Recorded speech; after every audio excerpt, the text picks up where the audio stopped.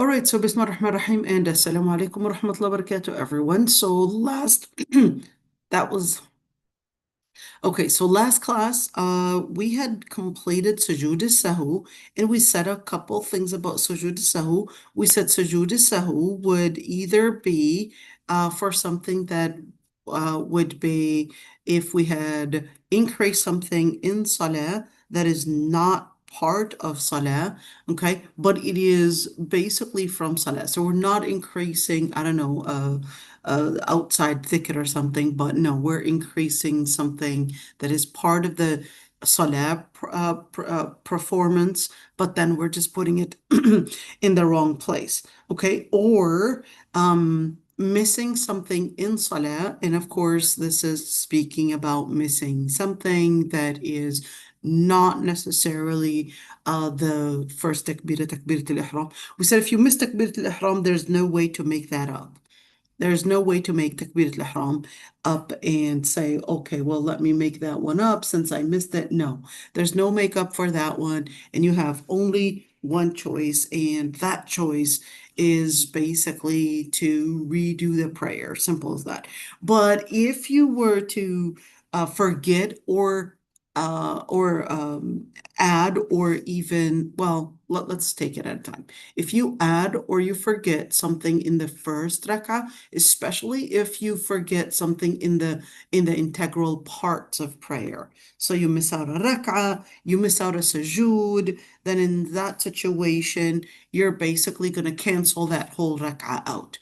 But if you miss something like a dhikr, or you miss out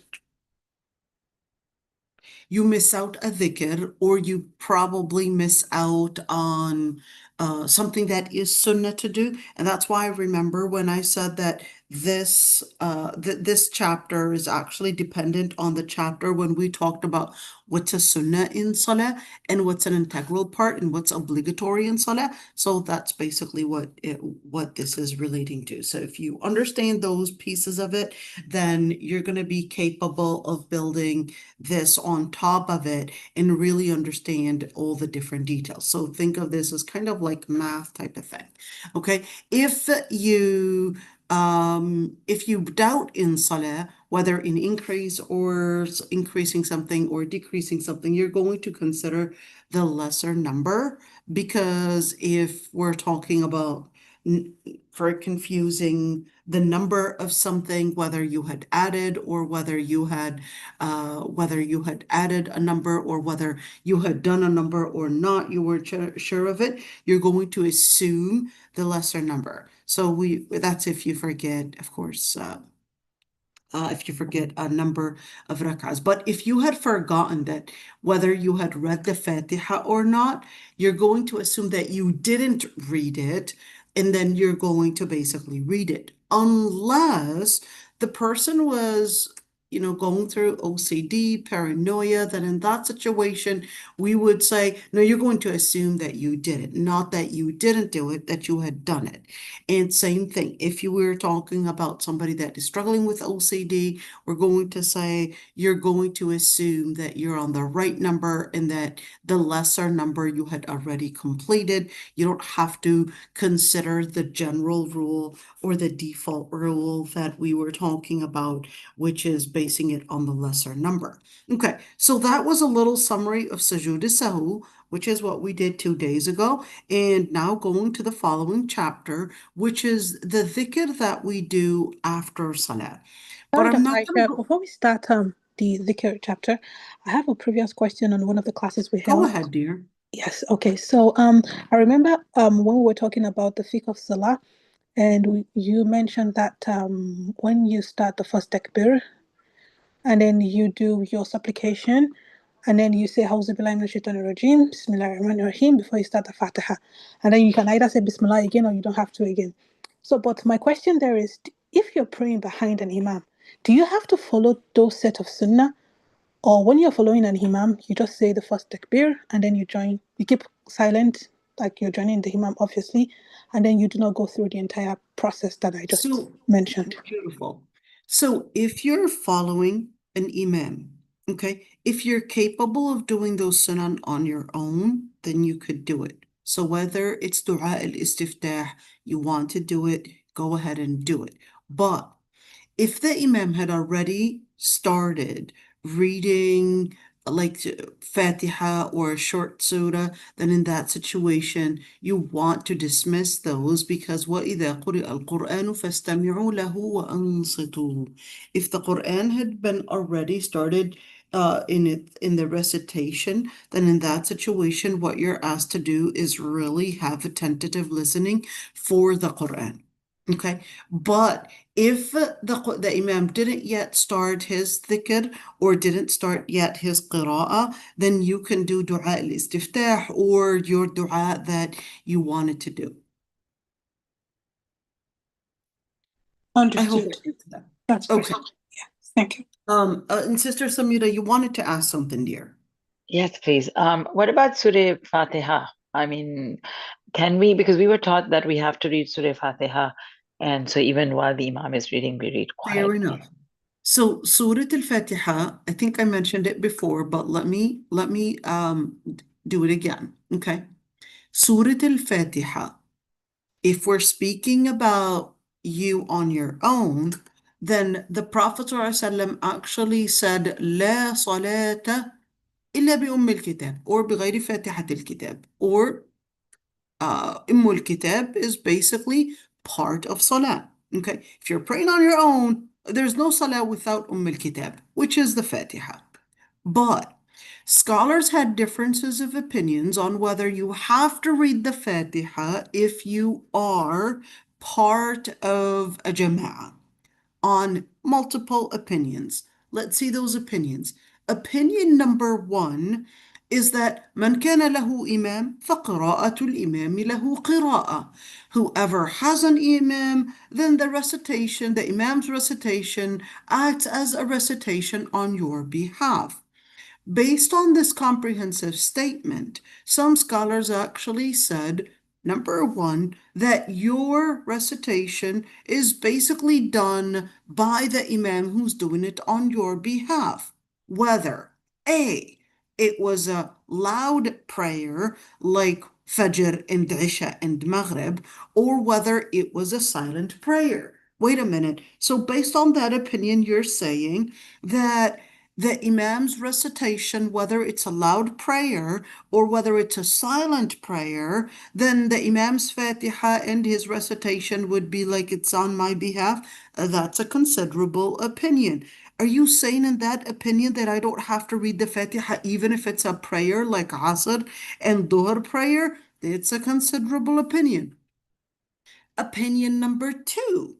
They said, well, من كان له إمام فقراءة الإمام له قراءة. That would actually mean if it's something that the person is capable of hearing in a loud prayer, just as we're speaking about Fajr, Maghrib, and Isha, well, the Imam would be reading the Fatiha, would be reading the other surahs, then that would actually mean that the Fatiha or the Quran, because Allah subhanahu wa ta'ala said, وَإِذَا قُرِئَ الْقُرْآنُ فَاسْتَمِعُوا لَهُ وَأَنصِتُوا لَعَلَّكُمْ تُرْحَمُونَ. If the Quran was read, then you're supposed to be having a tentative listening. All right, fair. This is the tentative listening supposed to be happening when the Imam is reading. Then in that situation, we're supposed to be silent if the Imam is reading, whether we're speaking about the Fatiha or not. That's the second opinion. And therefore, for the second opinion, they said you would not read during a loud prayer, but you would only listen. In the silent prayer, they said you would read because anyways, there's no insat there. There's no tentative listening because you can't even hear it. So you would read on your own in the silent prayer and in the loud prayers, the Imam's qira'ah or the Imam's recitation would be on behalf of yourself too. The third opinion said absolutely not. Whether it's a loud prayer or whether it's a silent prayer, you have to read the Fatiha, period. Why? They said because the Prophet ﷺ had said there's no salah بغير الكتاب, without reading الكتاب, without reading the Fatiha. And الكتاب is basically the nickname for Surah al-Fatiha.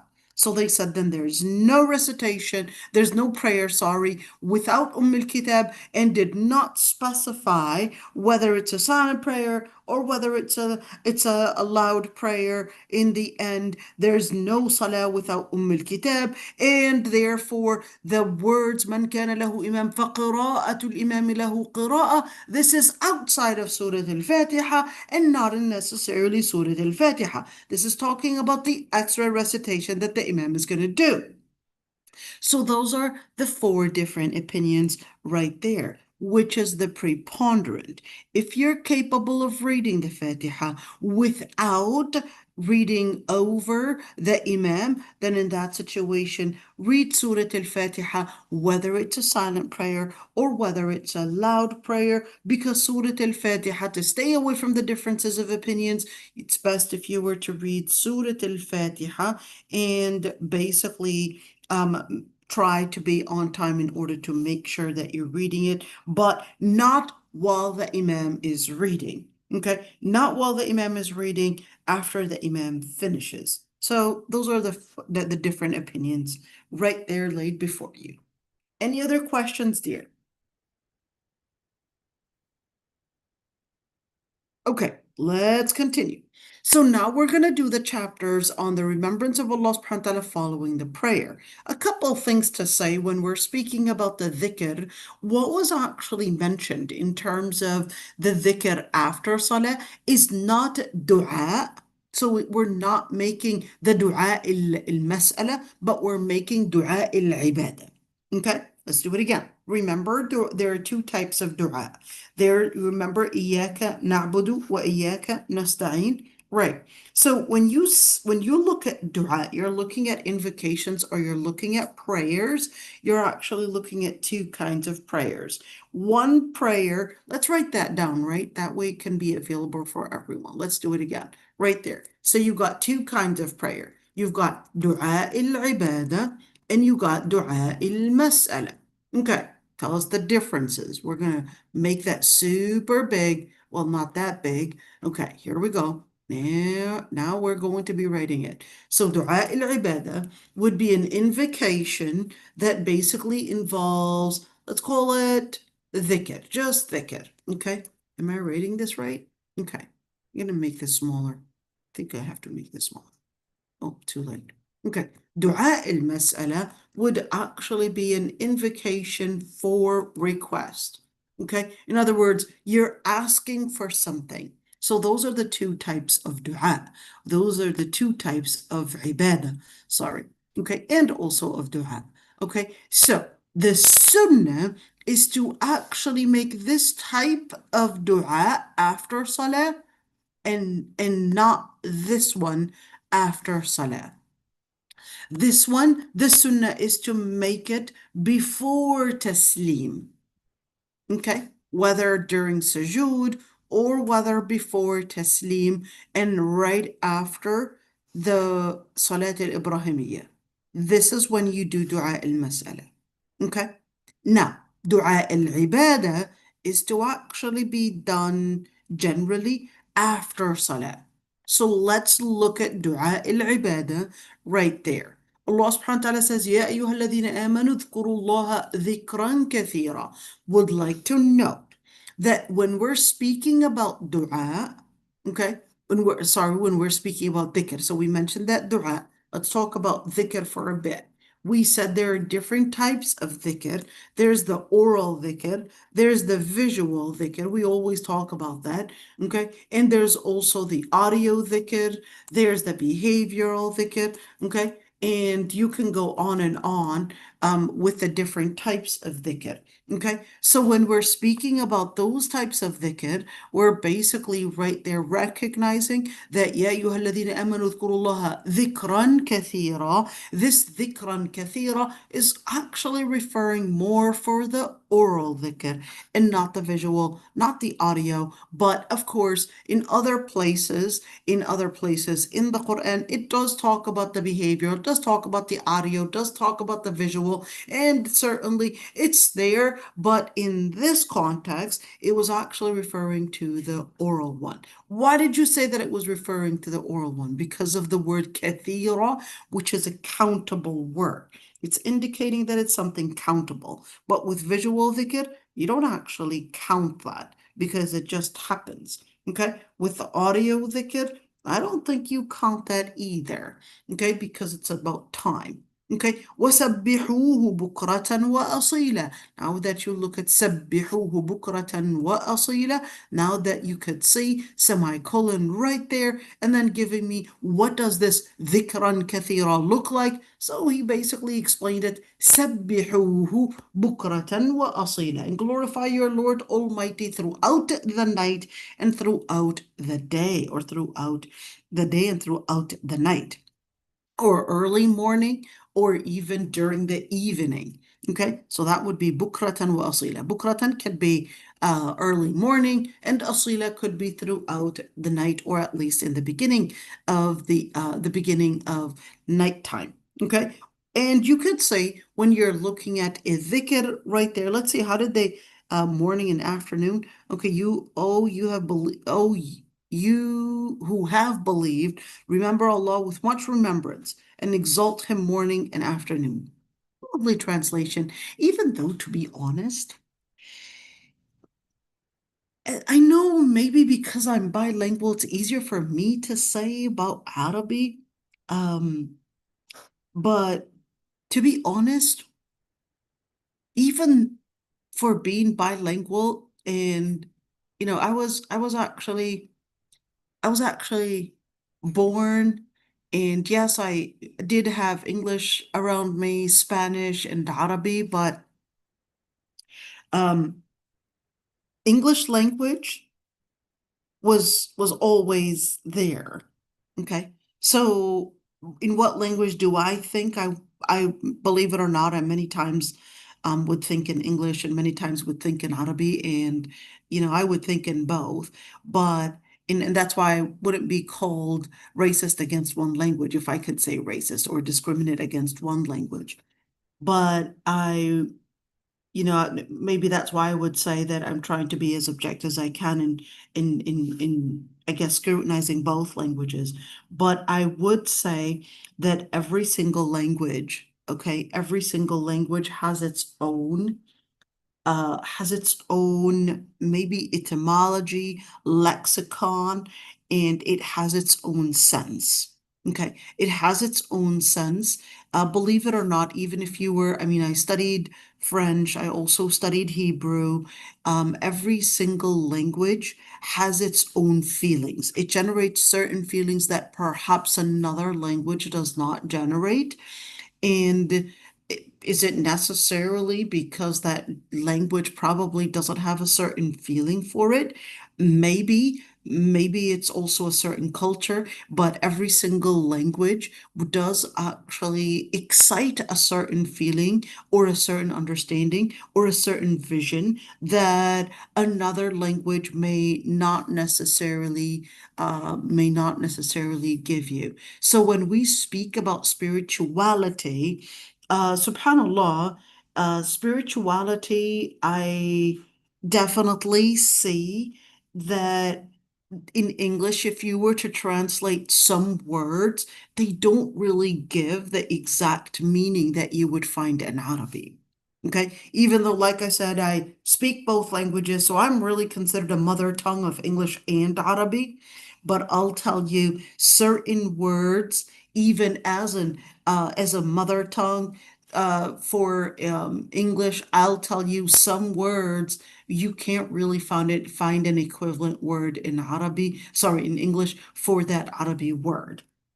Okay, just as you would speak about, for example, the word sabbihuhu. So here it would say remembrance and exalt him.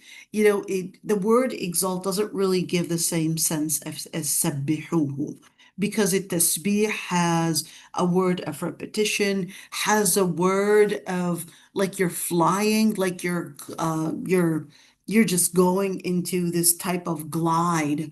It tasbih also goes that you're gliding. I would think of birds really that they're gliding, but then they would take this moment of just gliding in a circle sometimes. They would just glide in a circle and go in a circle and do this glide, not even flapping their wings. Not even flapping their wings. They're just taking a moment of, I don't know, to me it looks like silence. I don't know what they're doing, but it's quite interesting.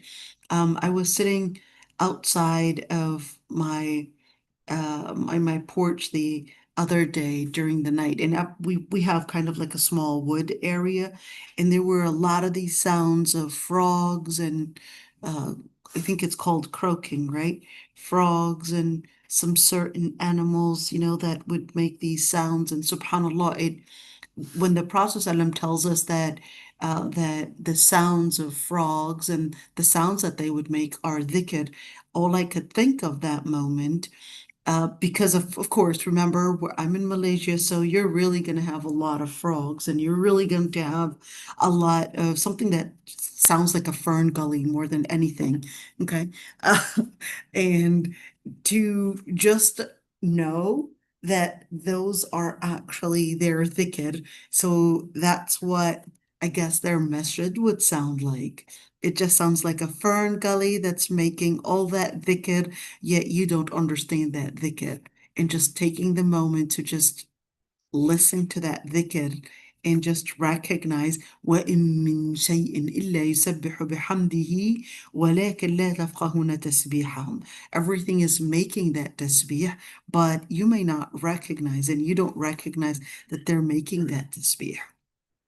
So taking the moment to, I guess, be part of that word sabbihuhu and actually be part of that uh embracement. You're embracing the tasbih of everything that surrounds it. You're making one song of dhikr. That song is the song that the nature sings for the sake of Allah subhanahu wa ta'ala. It's the song of dhikr. It's basically joining along with all. So those frogs were doing their dhikr, and I was like, okay, you know what? I'm gonna join along with you. Thanks for the reminder. Okay. And subhanAllah, it's amazing how the word sabbihuhu, I can't really find an equivalent English word that matches the etymology and matches all the meanings that fit within the word sabbihuhu. So yeah, I know that the word exalt him is trying to give you one side of the meaning and not fully. I mean, that's at least better than nothing, but that's why it's probably a good idea to take some time to learn how to be part of it and feel what these words are actually trying to tell us and the hidden meanings, let's call it that way, the hidden meanings within those words. Okay, so why do dua, what did we say? We said dua al-ibadah rather than dua al-mas'ala. Let's see right here. Allah subhanahu wa ta'ala says, فَإِذَا قَضَيْتُمُ الصَّلَاةَ فَاذْكُرُوا اللَّهَ قِيَامًا وَقُعُودًا وَعَلَى جُنُوبِكُمْ. If salah, you had completed the prayer, let's look at it right there. You had completed the prayer. Remember Allah sitting, standing, or lying on your sides. Okay, you're sitting, standing, and lying on their sides. Which type of dhikr is that? If you're talking about dhikr, okay, that's basically mainly the dhikr that you would do, the oral dhikr. But can it include other types of dhikr? It can, because if you're remembering Allah, because the word right now, فَذْكُرُوا, the word فَذْكُرُوا اللَّهَ قِيَامًا, while standing, while sitting, and while on your sides. So in other words, in all the positions, do your dhikr on all the positions, whether we're speaking about the visual dhikr or whether we're speaking about audio dhikr. You probably have Quran being recited in the background. That would also be a type of dhikr. Or whether on your sides, you're just not really listening to something. You're just taking the time to just remember the magnificence probably of Allah subhanahu wa ta'ala. In other words, let's call it the visual dhikr. That would also be considered as something that you could do. Let's see. فَإِذَا قُضِيَتِ الصَّلَاةِ, Allah subhanahu wa ta'ala speaking about Salat al-Jumu'ah. So this was actually in the context of Salat al-Jumu'ah, but there is in Lugha Arabiya, the scholars that actually said العبرة بعموم اللفظ لا بخصوص السبب. العبرة بعموم اللفظ لا بخصوص السبب. Okay, well, what does that mean? العبرة means the theme. Let's write that down in English, right? The theme, okay, sorry about that. The theme in the text, okay, is in the general wording, of the text, and not necessarily the context. Okay, and not necessarily the context. So what does that mean? When we're speaking about the context of this recitation or this ayah, it certainly is talking about Salat al-Jumu'ah, but that does not mean that it is specific to Salat al-Jumu'ah, because the theme, although yes, the context is in Salat al-Jumu'ah, but let's look at what the words are saying. Okay, and when the prayer had been concluded, that is Salat al-Jumu'ah, disperse within the land and seek from the bounty of Allah, and remember often Allah Almighty as basically as much as you can. In other words, واذكروا الله كثيرا لعلكم تفلحون, so that you may succeed. So, فَإِذَا قُضِيَتِ الصَّلَاةِ, speaking about if the prayer ends, basically Salat al-Jumu'ah, فَانْتَشِرُوا, then disperse. What does it mean, فَانْتَشِرُوا? Like, what are we supposed to do? Hey, you take the right side and I'll take the left side and you go that way. That's not what's meant by this. فَانْتَشِرُوا, we're speaking about, in other words, it's giving you the permission to basically seek, whether it's you wanting to go home, probably taking your kids on a walk, or probably you and your family probably go to a restaurant after Jumu'ah, making it a memorable time. So that's basically فَانْتَشِرُوا فِي الْأَرْضِ. In other words, do what you would like to do after Jumu'ah. My advice, make Salat al-Jumu'ah and Jumu'ah be something memorable for you and your family.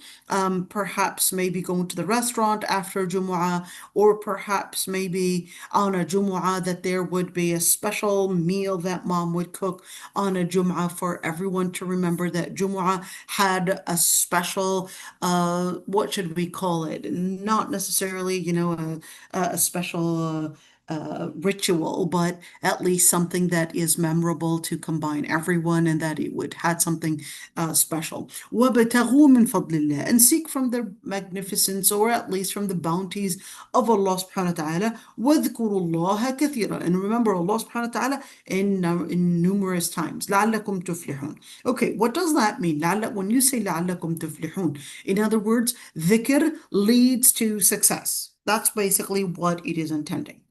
Dhikr leads to success. If you do that dhikr, you basically enhance your opportunities for one, mental capacity, you're enhancing your physical ability as well, and you're enhancing your relationship with Allah subhanahu wa ta'ala, and therefore you're getting a higher opportunity, you're enhancing and increasing the probability of your success by doing dhikr. Okay, so even if you don't necessarily have the opportunity, just do that dhikr. Do the dhikr, and Allah subhanahu wa ta'ala is promising you to give you that empowerment in order to get to those successes. لَعَلَّكُمْ تُفْلِحُونَ. In other words, let's say you're taking the test at school and you just, it happens that you studied so well, but all of a sudden your brain goes blank. Just do dhikr. Allah subhanahu wa ta'ala just tells you, just do dhikr, لَعَلَّكُمْ تُفْلِحُونَ. And of course, if you were to forget, doing dhikr is what is going to remind you again. So that's the dhikr right there. It has the power to comfort you Dhikr has the power to remind you. Dhikr has the power to enhance your ability to find success. Okay. And of course, when we're doing dhikr, this isn't necessarily after salah, but this is also after completing, for example, Ramadan, Siyam, and to complete وَلِتُكْمِلُوا الْعِدَّةَ وَلِتُكَبِّرُوا اللَّهَ عَلَى مَا هَدَاكُمْ وَلَعَلَّكُمْ تَشْكُرُونَ. So whether we're speaking about completing Ramadan or whether we're speaking about completing Salah, always remembering and making that dhikr after the completion of dhikr. Same thing with Hajj. Allah subhanahu wa ta'ala had actually said in regards to Hajj, فَإِذَا قَضَيْتُم مَنَاسِكَكُمْ فَاذْكُرُوا اللَّهَ كَذِكْرِكُمْ آبَاءَكُمْ أَوْ أَشَدَّ ذِكْرًا. In regards to Hajj, same thing. He had said, when you have completed your rituals, remember Allah Almighty, and basically like your previous remembrance of your fathers, or much greater remembrance. So what is that? Why did it say remembering your fathers and all of that? Okay. كذكركم آباءكم, because it was common, and it's so sad that we're actually living a jahiliyyah far worse than the jahiliyyah back then. Okay, the jahiliyyah back then, remembering the legacy of their ancestors, was actually considered their way to success.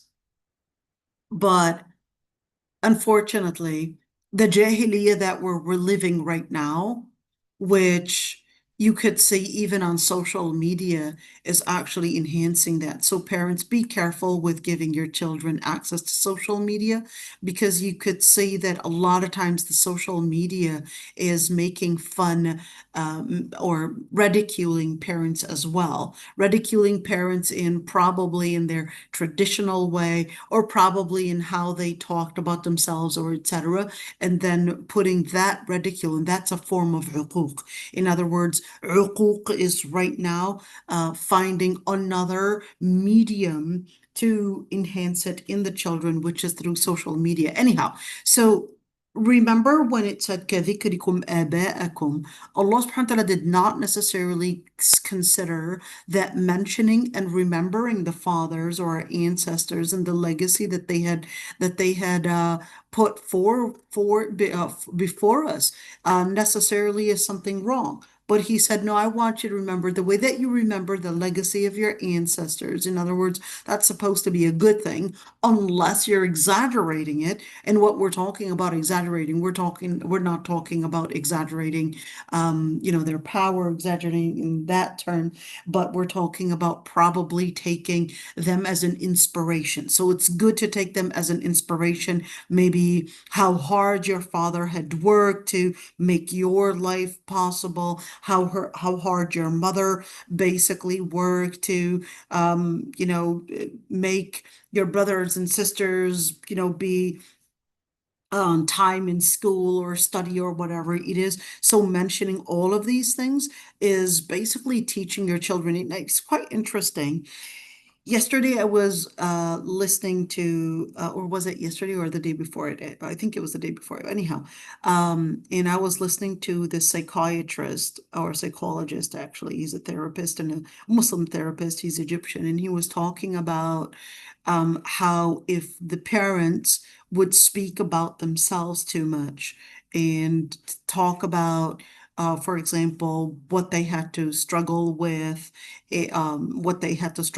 whether it's maybe in dealing with their parents, maybe their strict parents or whatever, or maybe about the lifestyle that they had lived in order to be successful in school, that children don't really understand, especially if we're talking about the younger generation, because the younger generation is living in a completely different environment. They have access to the laptops and internet and all of that, which we didn't have access to. And we spent definitely a lot more hours in studying. And if you were to tell your children that you spent 7 hours or 8 hours or 12 hours in studying and actually memorizing a book, they would not even believe it. They wouldn't believe it, even though it is true. even though it is true, we only had the book to study from, and we had to literally memorize the book. But then if you were to say that to your children, they won't think of that but as utopian. And when your children see you talking about yourself in that way, it becomes either too utopian, too hard to believe, or it will become as something that they cannot whatsoever become like, and therefore they would either lose hope or they would see you as lying. They wouldn't even believe it, because it's not something that they could relate to, because the environment that they're living in is completely different. So he was suggesting that therapist, rather than speaking about yourself, speaking about your parents.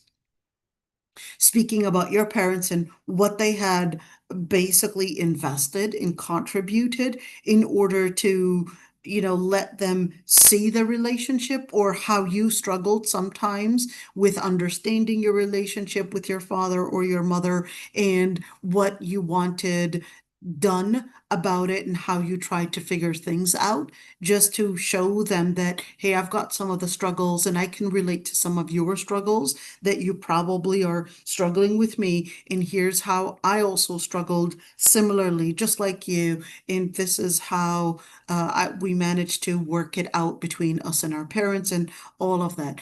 It's quite interesting. I never thought about that piece of it. And it's quite interesting that, the dhikr that Allah subhanahu wa ta'ala wanted us to do is more than the parents. But unfortunately, the generations that we're living in right now, they actually have a lot more jahiliyyah than the jahiliyyah back then. The jahiliyyah back then embraced their father's legacy, embraced their parents, and considered them as the place of wisdom, considered them as the contribution that they had contributed in their life was something to always cherish. But unfortunately, during our time, it's always put in place of mockery. Whatever your mother and father had invested in your life, it's supposed to be that way. This is your responsibility anyways. And that way, speaking as entitled children, and not necessarily as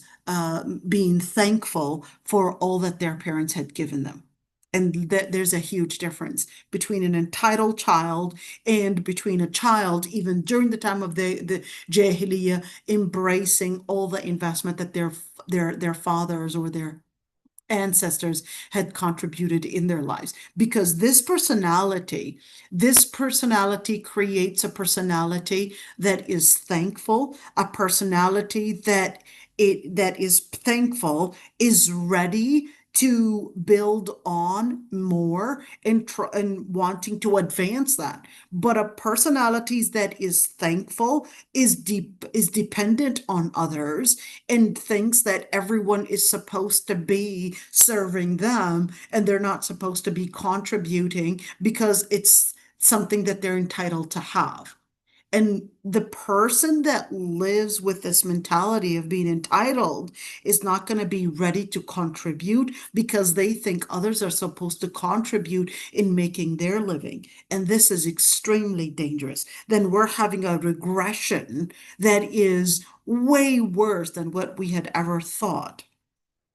Because if they're living in this entitlement mentality, then we're really in a hard place, because once they grow older and things don't basically happen as expected, they're not going to be capable of enduring the struggle in order to maintain what you had contributed, and they're not going to be capable of advancing it even furthermore. So yeah, we're speaking about dhikr of Allah subhanahu wa ta'ala, and that dhikr of Allah subhanahu wa ta'ala definitely helps you remember all the different things that you have to relate to in terms of the principles of Allah subhanahu wa ta'ala, whether that's the principle of al-birr, or whether that the birr meaning being in religious integrity, or whether that is the principle of having taqwa, religious integrity, or whether that's having good manners and all of that. It's basically coming with dhikr. Why is it coming with dhikr? Because if you look at the dhikr, all the dhikr is always reminding you of Allah subhanahu wa ta'ala's magnificence, of Allah subhanahu wa ta'ala's mercy, of Allah subhanahu wa ta'ala's forgiveness, all of that. What will that excite within you? That would excite within you to actually embrace Allah subhanahu wa ta'ala's manners, to embrace Allah subhanahu wa ta'ala's mercy, to embrace forgiveness. Because if you don't forgive, okay, if you don't forgive and if you're not merciful, you yourself, you will recognize that you are not merciful. And subhanallah, anger first burns the person himself and not the people around him. When you are angry, you're first really burning yourself. When you are hateful, you're really first hating onto yourself without you realizing. And it becomes something that really just not only burns you, but it really starts affecting you mentally. And that's why Allah subhanahu wa ta'ala was teaching us about that dhikr in order to embrace Allah subhanahu wa ta'ala's forgiveness, and therefore you act on it. Allah subhanahu wa ta'ala's rahmah, and then you act on it. And subhanAllah, studies actually say the words that you say most are basically going to reflect on your behavior the most. And you would even see that even in the different fields of study. Okay, the different fields of study, a person is an engineer because their brain, or at least their field of study is in engineering, then they're going to be thinking like an engineer, everything has to be structured in a certain way. Okay, if a person is basically hafidh al-Quran, all they're talking about is basically reviewing the ayat, memorizing the ayat and all of that, you're going to see that it's going to be reflecting on their words, going to be reflecting on their ibadah, really reflecting on them. Okay, same thing if you're continuously speaking of rahmah, you're continuously speaking of maghfirah, you're continuously speaking of Allah subhanahu wa ta'ala, you're going to find yourself that it's reflecting on you, it's radiating on you, the light itself of mercy, the light of forgiveness, the light of piety, the light of maghfirah, the light of Allah subhanahu wa ta'ala will radiate on you. So right after salah, you want other words that remind you of Allah subhanahu wa ta'ala's magnificence, that remind you of Allah subhanahu wa ta'ala's forgiveness, of His mercy, etc., in order to right now, after completing that ibadah, you want something to bring about that, let's call it establishment. That establishment within you, now it's time to put it into practice. Okay, so when you're speaking about that dhikr, it's basically to continue in bringing in the radiance of light of Allah subhanahu wa ta'ala in practice. Let's see what kind of dhikr was the Prophet ﷺ wanting us to repeat in order for it to reflect on our behavior. Let's see the first one. In Sahih Muslim, the Prophet ﷺ, he had said that the Prophet ﷺ, whenever he would leave his salah, he would do astaghfirullah, astaghfirullah, astaghfirullah. That's 3 times right there. And then say, Allahumma anta salam. ومنك السلام تباركت وتعاليت يا ذا الجلال والإكرام. Let's say, اللهم أنت السلام ومنك السلام تباركت يا ذا الجلال والإكرام. Let's see the English translation. Oh Allah, you are the perfection, and you are the one who grants perfection. Blessed are you, O owner of majesty and honor. Man, I'm not sure I agree with this translation. Okay, because the word anta salam, the word as-salam, yes, it can mean to be free of any imperfection. Okay, the word salam. The word salam could also mean peace. The word salam could also means stability. Okay, so when you say, Ya Allah, you are as-salam, this isn't talking about necessarily that you are speaking about greetings. Okay, so this isn't talking about greetings. Anta as-salam, that Allah subhanahu wa ta'ala, He basically is, yes, perfect. He basically is the one to grant all the different stability and the peace as well. وَمِنْكَ السَّلَامُ. So you are perfect and do not have any imperfection, and all the perfection, all the peace, all the stability, all that is good is going to be coming from you. تباركت يا ذا الجلال والإكرام. Notice how it basically was focusing. Notice the repetition. أنت السلام, منك السلام, اللهم أنت الشافي, لا شفاء إلا شفاءك. Notice that دعاء المسألة or دعاء العبادة would actually repeat the same exact word a couple times. Astaghfirullah, astaghfirullah, astaghfirullah, alhamdulillah, alhamdulillah. It's repeating the same word a number of times because it basically is telling us that our brain and our body basically functions in a repetitive cycle.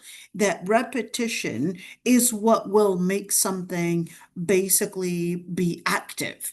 So if you want to activate, for example, the peaceful personality within you, well, you want to repeat as-salam, as-salam, as-salam. You want to repeat those words.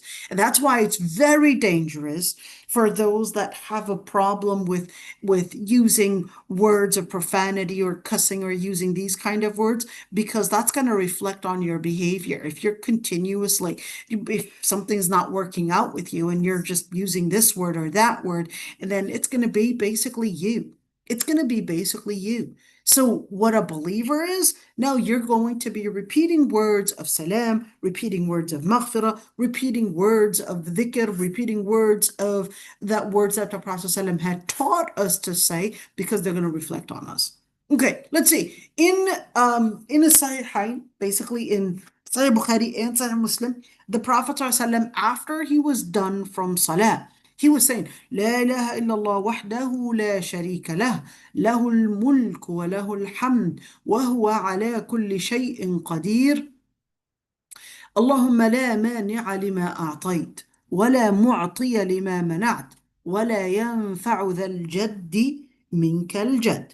Okay, let's see how they translate it. There's no deity but Allah alone, who has no partner. To him belongs dominion, and to him belongs praise. And he's over all things omnipotent. O Allah subhanahu wa ta'ala, none can withhold what you grant, and none can grant with what you withhold.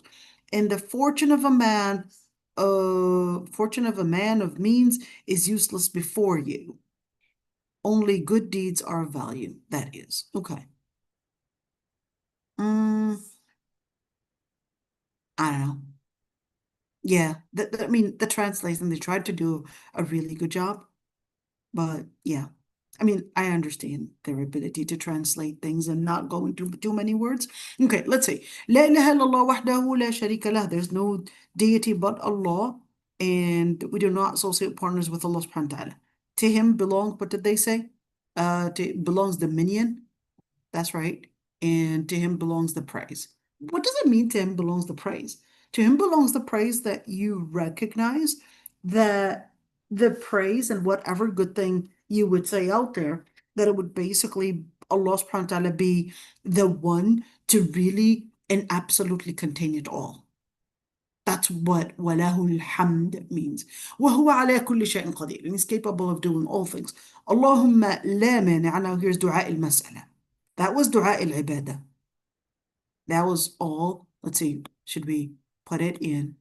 Okay, no, what we're supposed to be doing here? Go like that. Okay, up to here, this is دعاء العبادة. Now دعاء المسألة. Okay, actually, no. This is all, my bad. No, this is all دعاء عبادة, not دعاء مسألة. لا مانع لما أعطيت. No, this is دعاء عبادة, not مسألة. Okay, we're going to get to دعاء مسألة in just a bit. Okay. دعاء okay اللهم لا مانع لما أعطيت. What is لا مانع لما أعطيت? All the thing, nothing, all the things that you would give, nothing can withhold it. What is that enhancing within us?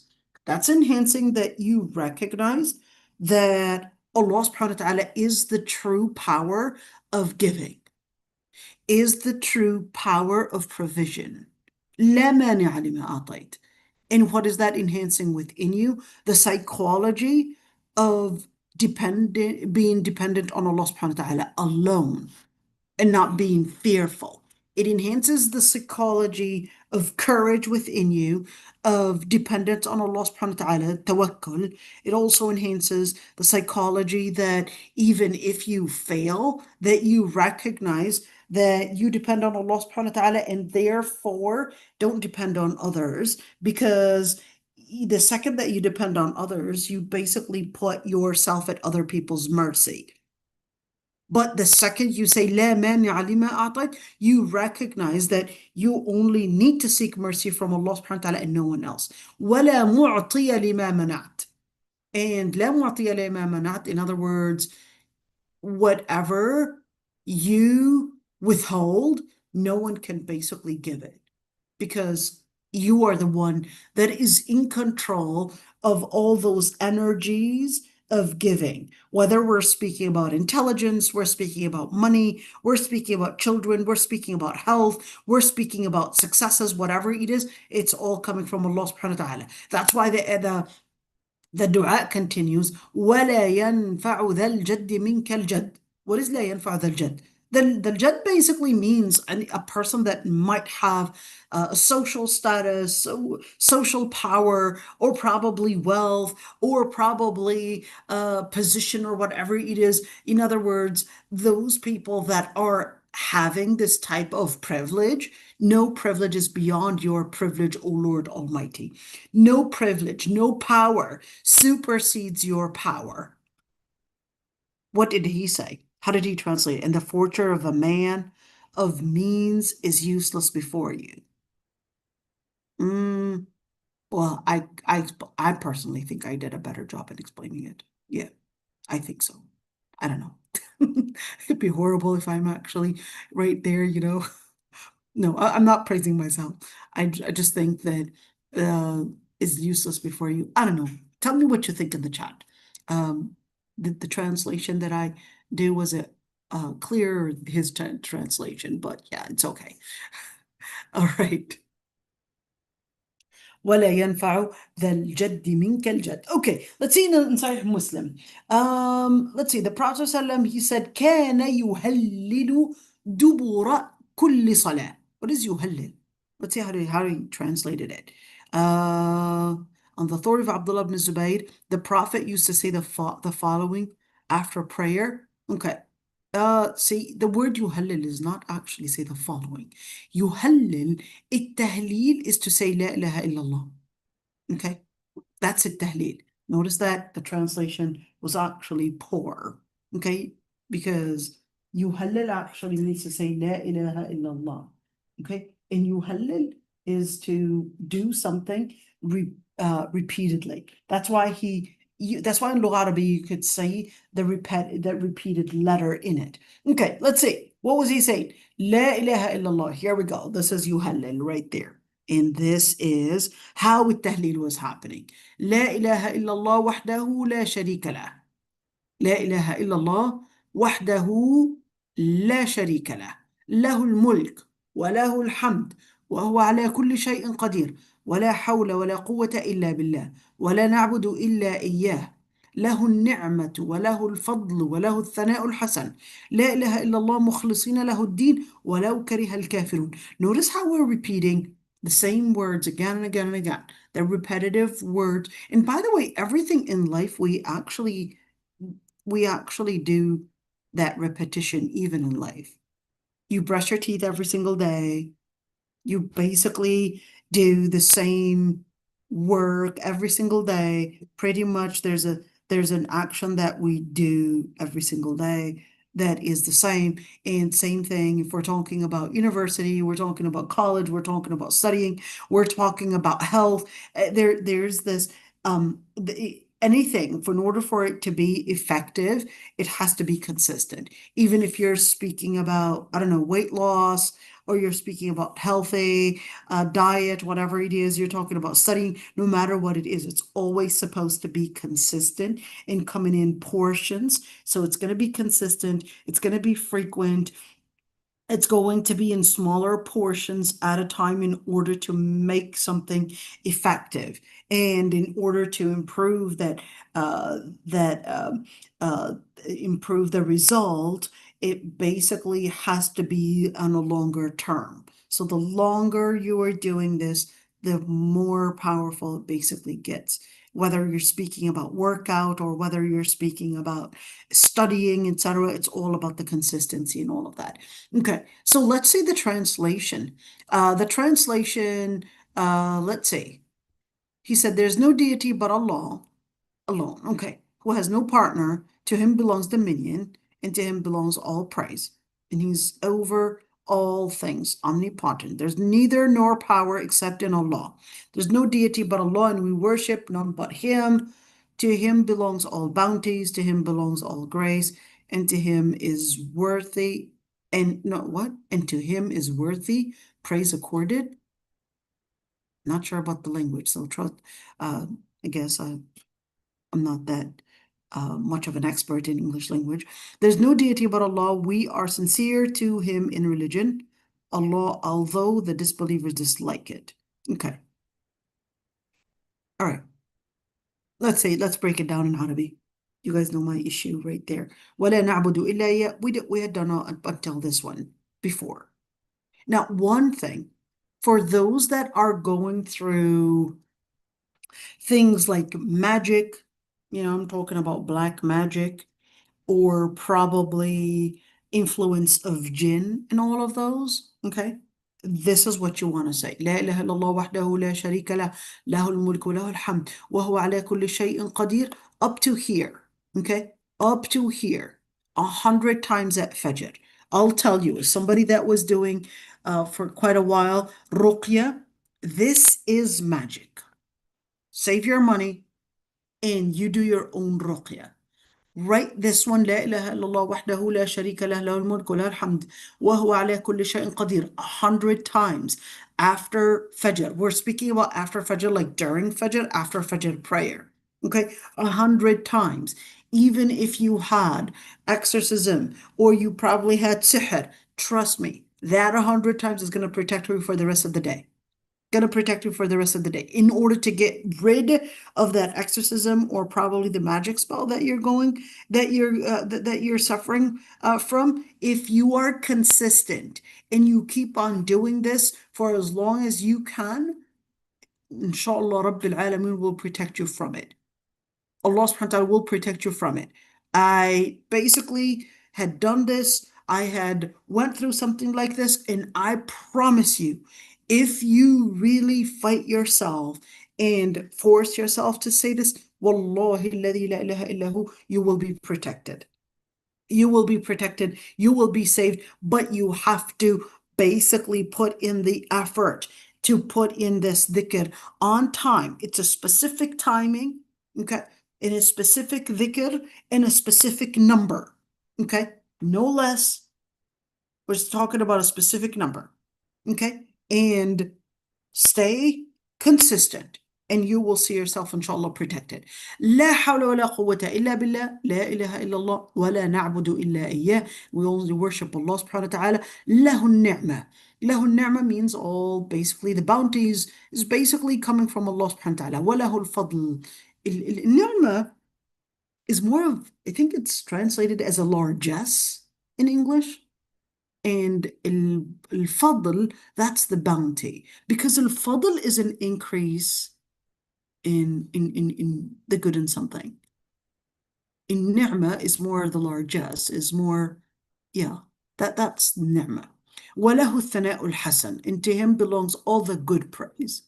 So what does that mean, all the good praise? All the good praise means that you recognize that Allah subhanahu wa ta'ala is as-salam, that he has no imperfection. Okay?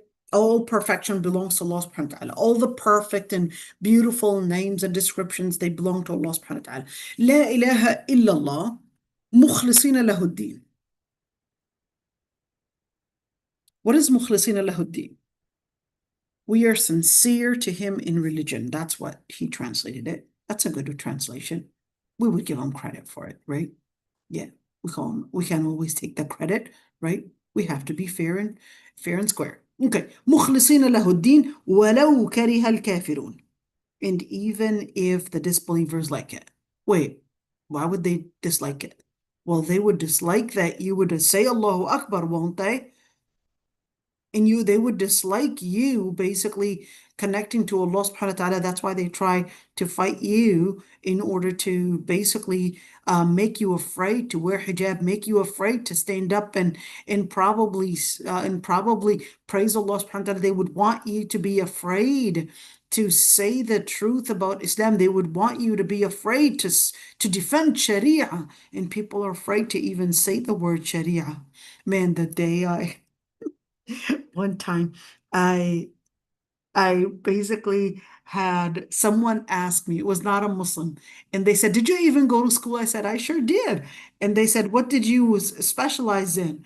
And I said, "I specialized in Sharia law." And man, the look on their face. Just imagine, especially in the times of that Fox News was actually, just demonizing Sharia law, and you're saying that you're specialized in Sharia law. They would looking at you that they were. I still remember that look on that guy's face, so afraid. He just stayed quiet and just decided to just back off.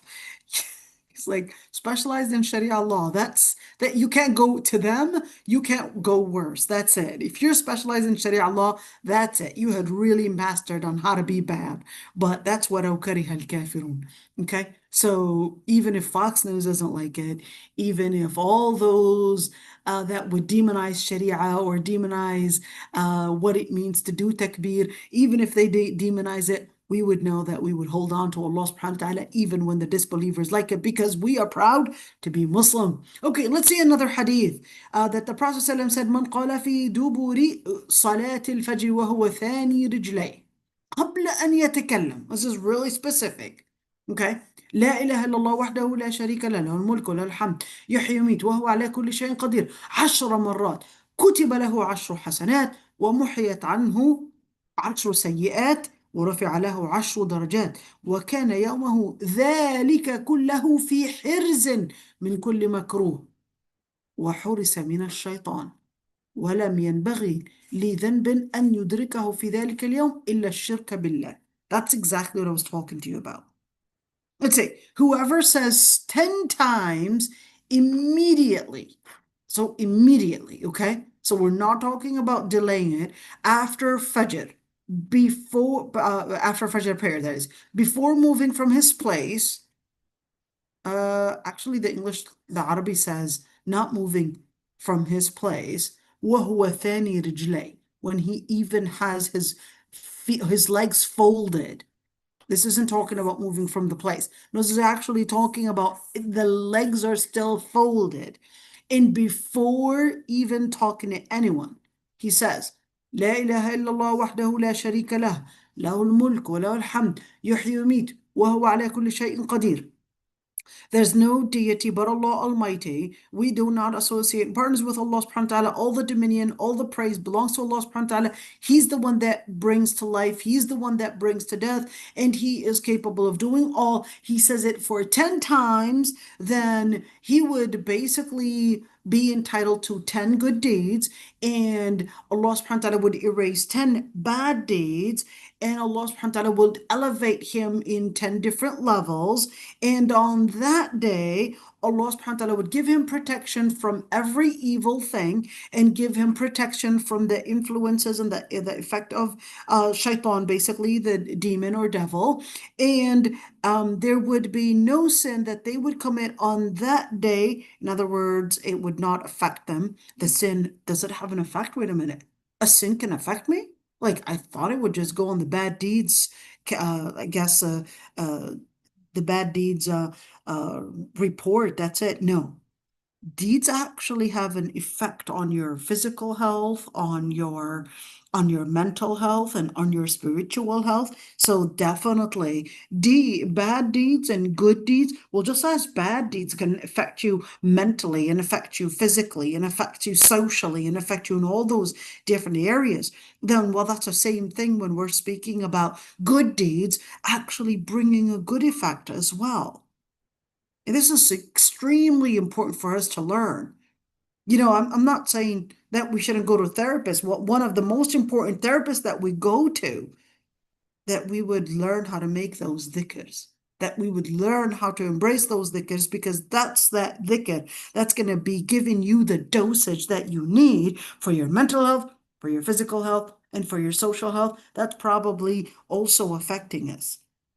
We could see we're struggling socially, and then it's affecting us, and we're then getting those children basically complain about how their parents, they're basically making their life miserable, and how their friends, they're going through depression and all of that. Well, that's because that's the sin. The sin that we're committing is basically affecting us psychologically, it's affecting us religiously, it's affecting us that spiritually, of course, and it's also affecting us mentally, it's affecting us socially, it's affecting us in each and every single corner. So Allah subhanahu wa ta'ala says, well, here's a dosage that you need to do every single day, 10 times, or in another hadith, it said 100 times. So if you're not capable of doing 100 times, at least do it 10 times. How long will it take to say La ilaha illallah wahdahu la sharika lah, lahul mulk wa lahul hamd, yuhyi wa yumeet? So we're basically doing it up to here. We're doing it from here and up to here. Okay? How long will it take? Depends on if this is your first time doing it. Well, you might struggle to even say the sentence, but if you practice it frequently, you'll be able to say it in, I don't know, let's count the seconds. La ilaha illallah wahdahu la sharika lah, lahul mulku wa lahul hamd, yuhyi wa yumeet wa huwa ala kulli shay'in qadir. Well, how many seconds was that? 15 seconds? Not too bad. Okay. Was it 15 seconds? 20 seconds? Not too bad. Okay. Let's continue right there. وورد أن التهليلات العشر, he said that this hadith was basically noting that these are to also be said after Salat al-Maghrib as well. In other words, there's another hadith that said that you could say this after Salat al-Maghrib as well, and it has these reports from different Sahaba, Salama and Abu Ayyub al-Ansari. So whether after Maghrib or right after Fajr, and a person could also make another dua, Rabbi ajirni min an-nar, 7 times. Ya Allah, protect me from hellfire. Protect me from hellfire. Say it 10 times, 7 times, sorry. Ya Allah, ajirni min an-nar. Now, this is dua mas'ala right there, right? This is dua ibadah. This is dua mas'ala right there. Or, oops, am I scrolling too fast? Okay. Allahumma ajirni min an-nar. Dua mas'ala. What is dua mas'ala? You're actually asking for a particular request. Okay. And that's Allahumma ajirni min an-nar. Okay. Let's see right there. Another tasbihah that you could do. In other words, another type of spiritual enhancement that you could do. And what is that? La ilaha illallah. We did this one. Okay, here we go. Here's that hadith. I guess he mentioned it right there. See? He said tamam al-mi'ah for 100 times. So he told you that. There we go. Lima rawa Muslim. Okay, so let's say the 100 dhikr that you would do. Let's say there's a hadith in Sahih Muslim that the Prophet ﷺ said, let's see, let's get you that one. من سبح الله في دبر كل صلاة 33 وحمد الله 33 وكبر الله 33 فتلك 99 ثم قال تمام 100 لا إله إلا الله وحده لا شريك له له الملك وله الحمد وهو على كل شيء قدير غفرت له خطاياه وإن كانت مثل زبد البحر. Can't beat that. What does it say? If anyone extols Allah Almighty, meaning saying Subhanallah, glory be to Allah, after performing prayer 33 times and praises Allah, saying Alhamdulillah, basically 33 times, and declares Allah subhanahu wa ta'ala, basically saying Allahu Akbar 33 times, and says, so what are we looking at here? We're looking at, those are 99 times. 33 plus 33 plus 33, it's 99 right there. And then at the final 100, tops it with 100 and says, La ilaha illallah wahdahu la sharika la. There's no deity but Allah alone, who has no partner. To him belongs dominion, and to him belongs the praise, and he is over all things, basically omnipotent. His sins will be forgiven, even if they are as abundant as the foam of the sea. See, even if they are abundant as the foam of the sea. Okay. What did she say? She said, Sheikh Asim Hakim said this, da'if 7 times, that it's da'if. Okay, so here's the thing. Even if he said that that was da'if, in fada'il al-a'mal, we could actually do it. Okay, so you could see right there, he's Rabbi ajirni min al-nar, and number 5, was it number 5 right there? Yeah. Rabbi ajirni min al-nar 7 times. He said Rawahu Ahmad, Abu Dawud, An-Nasa'i, Ibn Majah, and غيرهم, basically. And he said that basically it does have a resource right there. So in other words, it does actually have a basis. Even if we are saying da'if, just note that one, okay? Da'if has 69 different categories, okay? Just because it is da'if, it does not mean that it is weak, to the meaning that you should not be doing it, or that it is completely weak. Okay, so in fada'il al-a'mal, in these good actions, in these good words, okay, in fada'il al-a'mal, we can take those ahadith as long as they're not the type of very weak hadith.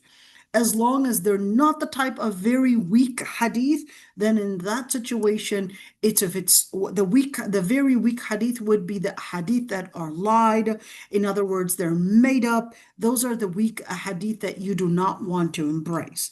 Okay, but in fada'il al-a'mal, and I really doubt what he said, to be honest. I would have to review, but I would really doubt what he said was accurate. He's not a specialized person in hadith, but regardless, a hadith da'if are 69 different types.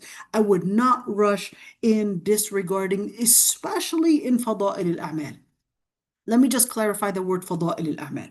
Fada'il al-a'mal can be in things like reading certain surahs. Like you've got certain ahadith that would say, if you read the surah, you'll basically get, I don't know, a tree in Jannah. If you were to say this dhikr, Rabbi ajirni min al-nar, 7 times, it's going to protect you from hellfire, or things like that. Okay, those are fada'il al-a'mal. Those things are basically from the different actions that are considered of good deeds, and they have a basis in the religion. They have a basis that dhikr is not a made-up dhikr. Okay, they have a basis in the religion, and therefore you could actually say it. And even if it's not necessarily fully authentic, maybe perhaps one of those 69 different categories, and you want to keep in mind, okay, a lot of the books, a lot of the different rulings in fiqh, just like لا ضرر ولا ضرار, that's not actually an authentic hadith. But لا ضرر ولا ضرار, even though it's not an authentic hadith, okay, but it's not a fabricated hadith, and many times people would understand a poor hadith in a wrong way. Not just because it's not within the classification of Sahih, it doesn't mean that we would disregard it necessarily. Like I said, there are 69 different types of poor hadith, And not all of those we would necessarily disregard. Just like لا ضرر ولا ضرار, it's not an authentic one, but it is so strong and it basically follows the legal maxims in Islam that scholars actually had made لا ضرر ولا ضرار, the actual quoting even of it, as one of the legal maxims of Islam. And they wouldn't even debate that this is actually true and part of the religion. لا ضرر ولا ضرار. So let's say الواقعة for sustenance. الواقعة, isn't it part of the? I'm not sure. Sister Sana, I'm not sure I understand what you're saying. Can you? 40 ولا ضرر ولا ضرار, isn't that part of the 40 that It Imam is part Nawawi of that, included? right? But Yes. not every hadith in the 42 Nawawi hadiths that in Nawawi had mentioned, not all of them are necessarily authentic, and that also basically goes in what I'm trying to say. Not because it's da'if, it doesn't mean we disregard it. Okay, Yes, yes. that's what I'm And trying to say. Not yes. because it's da'if, we would say, oh, it's da'if, therefore I should just walk away from it. No, no, no, no, no. Not necessarily right. And sometimes people exaggerate when they want to disregard the da'if. And I would say that's a lack of fiqh and a lack of Islamic knowledge when people would be so strict in rejecting da'if or sometimes so lenient in embracing the da'if. There needs to be fiqh in knowing that borders and how to approach. Okay, so just wanted to note that one and just comment on that one. Okay, let's say. So therefore, La ilaha illallah, where was it? Yeah, they're right there. So the 100 would be La ilaha illallah wahdahu la sharika lah, lahu al-mulku wa lahu al-hamdu wa huwa ala kulli shay'in qadir. He said, غُفِرَتْ له خطايا. All his sins would be forgiven, even if it was as abundant as the foam of the sea. Okay, then the Prophet ﷺ would read Ayatul Kursi. Read Ayatul Kursi. Allahu la ilaha illa huwa al-hayyul qayyum. لا تأخذه سنة ولا نوم له ما في السماوات وما في الأرض من ذا الذي يشفع عنده إلا بإذنه يعلم ما بين أيديهم وما خلفهم ولا يحيطون بشيء من علمه إلا بما شاء وسع كرسيه السماوات والأرض ولا يؤوده حفظهما وهو العلي العظيم. That's Ayatul Kursi. And where is it? In basically ayah 255 in Surah Al-Baqarah. Okay. And then he would read قُلْ هُوَ اللَّهُ أَحَدٌ قُلْ أَعُوذُ بِرَبِّ الْفَلَقِ and قُلْ أَعُوذُ بِرَبِّ النَّاسِ. Just those ayat or the whole surah? No, the whole surah. Okay. And let's see. The Prophet in a hadith, he had said, whoever reads Ayat al-Kursi after every salah, nothing would prevent her from going to Jannah except death. In other words, you're this close to Jannah. You're this close to Jannah. If you were to die, you would go to Jannah. You got to memorize Ayat al-Kursi. Ayat al-Kursi is one of those ayat. If you are to understand Ayat al-Kursi, you understood everything in Tawheed. You understood the Muslims' aqidah fully. Trust me, there's no more to explain. If you have Ayat al-Kursi understood, you got all your aqidah and all your Tawheed in place. Okay, let's see. In another hadith, أمرني رسول الله صلى الله عليه وسلم أن أقرأ المعوذتين دبور كل صلاة. This hadith, Uqba bin Amir, he basically said the Prophet ﷺ ordered me to read al-Mu'awwidhatayn. What are al-Mu'awwidhatayn? So al-Mu'awwidhatayn, right there, Mu'awwidhatayn, are basically the surahs Qul A'udhu that start with A'udhu. What is A'udhu? I seek refuge. Seek refuge in. Basically in Allah subhanahu wa ta'ala from whether it's al-Falaq or whether it's in people. But I want you to notice one thing. قل أعوذ برب الفلق من شر ما خلق ومن شر غاسق إذا وقب. I want you to notice one thing. You're seeking refuge in al-Falaq. برب الفلق. No, you're not seeking refuge in al-Falaq, but you're seeking refuge برب الفلق, from the one that created basically the horizon or that split the horizon.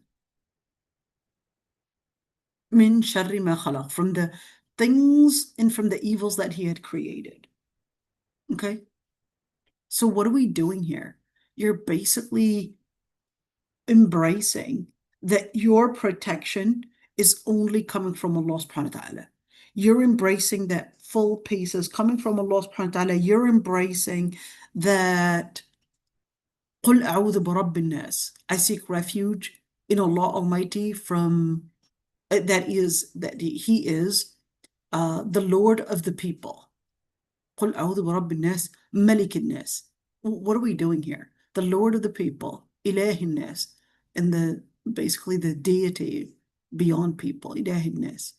مِنْ شَرِّ الْوَسْوَاسِ الْخَنَّاسِ, from the evils of what al-waswas, whether it's the paranoia, whether it's the waswas, and what they spew into you. Wait a minute, so there's these shayateen that are actually communicating with me? Yes, there are these shayateen that are communicating with you without you realizing.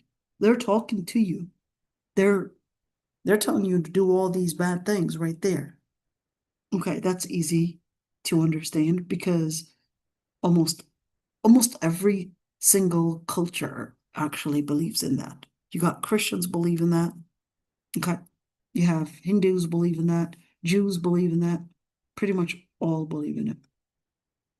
So that's not hard to explain.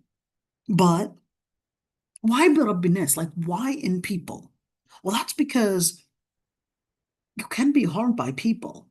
So Allah subhanahu wa ta'ala does not want you to consider that people's harm can get to you if you have Allah subhanahu wa ta'ala's protection. So what are we doing here? You're enhancing the 4 different things that we were always talking about in terms of what makes religious integrity. Number 1 is recognizing justice. Number 2 is enhancing your patience by basically doing it into practice. Patience is not a lecture to give. It's pain to endure. It's learning how to wake up early in the morning despite probably the hardship. It's learning how to repeat certain words. It's putting your phone away and repeating these words and repeating this dhikr and probably considering certain adhkar in order to enhance your ability to connect to Allah subhanahu wa ta'ala. That's what dhikr is. It's also, number 2, enhancing your iffah and letting you recognize even if something might not be halal, that you're putting it down because you got a priority that you want to complete. And it's enhancing the courage. So when you're looking at courage, قُلْ أَعُوذُ بِرَبِّ النَّاسِ مَلِكِ النَّاسِ, what are we doing? Yeah, you're not going to be afraid of people. You're not going to be afraid of any of those that might actually start threatening you about how you're going to be losing your grades or how you're going to be losing your credits or probably losing your job unless you comply with probably their request in probably joining in certain things that you disagree with as a Muslim. So what happens? Allah subhanahu wa ta'ala is teaching you how to put in the courage, how to recognize justice, how to recognize iffah and satisfaction, and how to recognize Allah subhanahu wa ta'ala. So you're getting all those things by doing that dhikr right there. This is amazing. Okay, let's see. We mentioned that one. We mentioned this dhikr right there. ثم نقول لا إله إلا الله. We mentioned all of those. Okay. I don't know why he's repeating, but you already said it before. Okay. Can we use a subha? What is, the beads? Can we use the beads? Yes, you can. Okay. But the bead itself, like the actual thing, it doesn't have any sanctity in it. Okay. So don't think of this subha, which is the rosary or the beads thing. Okay. That doesn't have any sanctity in it, but you could use it to count. That's okay. Can you count on your joints, the joints on your fingers? Well, that would be better. That was the sunnah. Okay.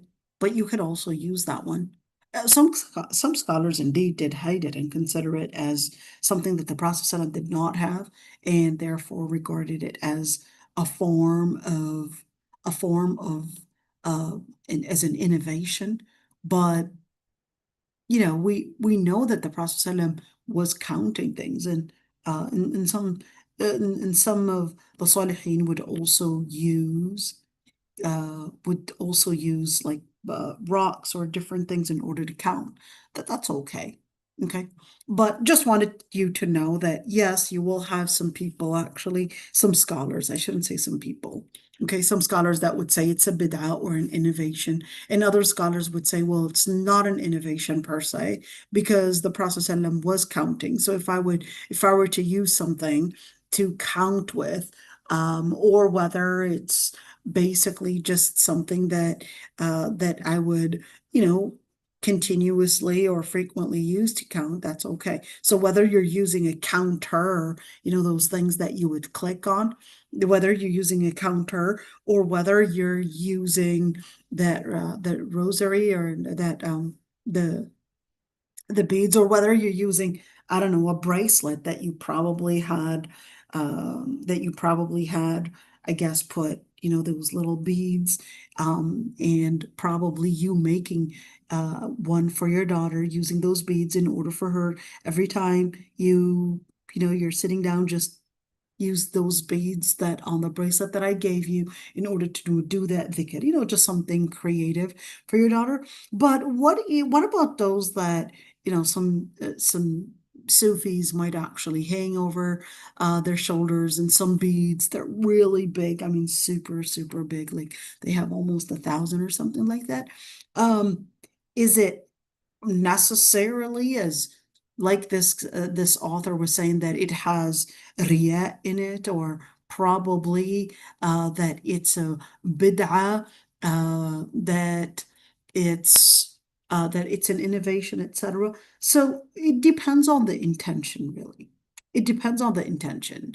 If the intention is to somehow boast that, hey, this is the dhikr, this is all of that we would do, then in that situation, there's that riyah.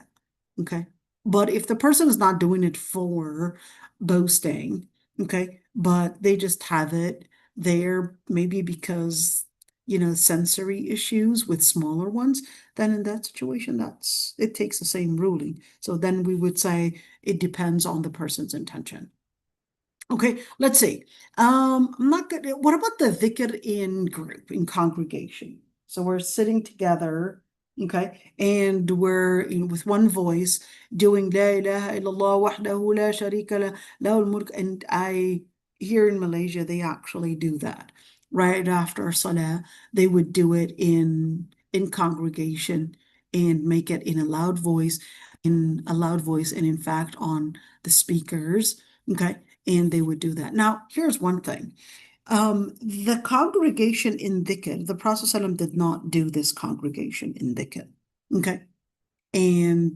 But if, let's say, we're having like one person do it, and we're doing it in a low voice, not necessarily in congregation altogether. Okay, and we're doing it in a low voice, but one is La ilaha illallah wahdahu la sharika lah, and this happens to, I guess, be that other people are doing it at the same time. That's a different story. But if we are training, okay, then that would be permissible. So kind of like what kids would do at school. Sometimes the teachers are encouraging them to do the dhikr, and certainly to make sure that the kids are doing it, they'll basically do it with one voice so the kids can get used to it. That's a completely different thing. That would be permissible. Okay, that would be permissible. What about doing dhikr, raising hands, making it like it's a dua, kind of, like your palms reaching out? That was not mentioned that the Prophet ﷺ had done. The dhikr in doing dua al-ibadah, okay, that you don't reach out your arms for. Dua al-mas'ala, that's what you would reach out your arms for. Okay. And is it considered a bid'ah if we are doing it with one voice? Well, believe it or not, that's actually a debate between scholars.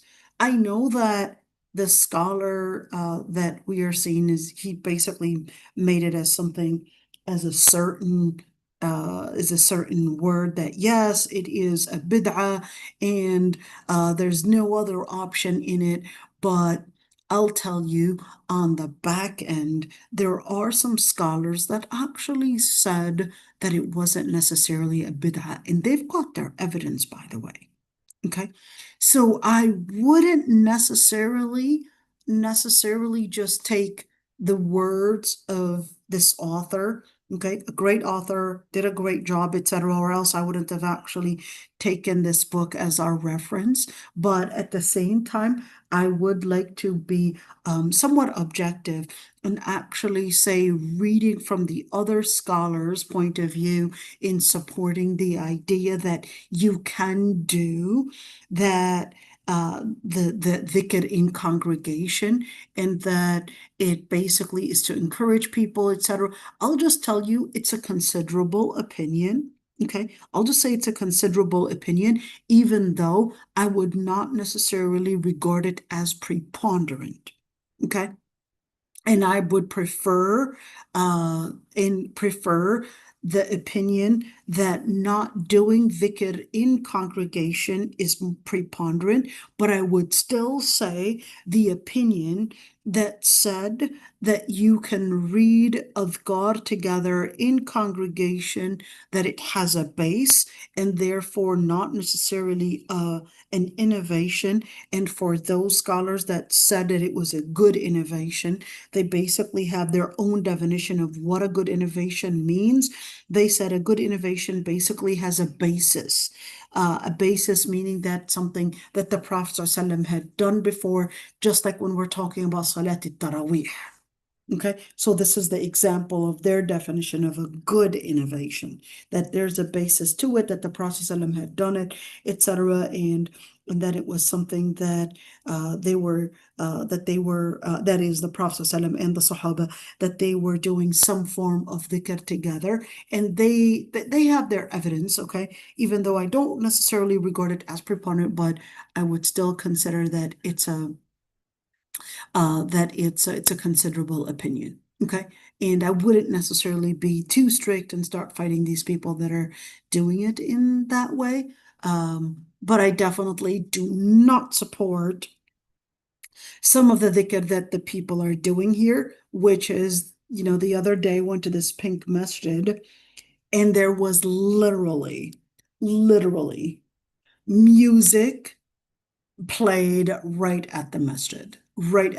They had a piano, and they had all these musical instruments and loudspeakers and all of that, and these big LCD screens and all of that right at the masjid. In order for you to enter the masjid, it's right there. You're trying to focus on your salah, and all of these nasheeds, they're nasheeds, but with this music and all of that, that's a bid'ah, man. I'm sorry, but that's a bid'ah. No scholar would approve that. That's a bid'ah right there. That's not acceptable. And that's really, really disrespecting the masjid. That's disrespecting the masjid, to actually bring in these kind of instruments and playing them at the masjid. That's disrespecting the masjid. Okay, so Allah subhanahu wa ta'ala says, وَمَا أَتَاكُمُ الرَّسُولُ فَخُذُوهُ وَمَا نَهَاكُمْ عَنْهُ فَانْتَهُوا وَاتَّقُوا اللَّهَ إِنَّ اللَّهَ شَدِيدُ الْعِقَابِ. I guess that summarizes what we were saying. What the Prophet ﷺ had come with, you basically embrace, and what he had forbid you from doing, you basically would leave entirely. And have religious integrity to Allah Almighty, for the Lord Almighty is mighty in his torments. And so Allah subhanahu wa ta'ala says, لَقَدْ كَانَ لَكُمْ فِي رَسُولِ اللَّهِ أُسْوَةٌ حَسَنَةٌ لِمَنْ كَانَ يَرْجُو اللَّهَ وَالْيَوْمَ الْآخِرَ وَذَكَرَ اللَّهَ كَثِيرًا. That the best example was actually in the Prophet ﷺ, and whoever basically would seek Allah subhanahu wa ta'ala and the hereafter and remember Allah subhanahu wa ta'ala. So basically all of that. What I liked about the book right here is that they did it for you and actually wrote the words of dhikr right there. I think except some of this one, like there's no deity but Allah. They didn't actually write it down, but I did actually do all of these dhikrs and plus put the English wording for it in the Hisn al-Muslim series. So you could get that. I was really hoping today to do Salat al-Witr, okay, and the voluntary prayers, but I guess we ran out of time. But I'd be happy to answer any questions, inshallah, and before we end it, inshallah.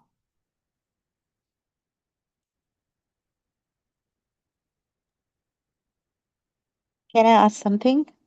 Go ahead, dear. Long time didn't hear from you. Yes.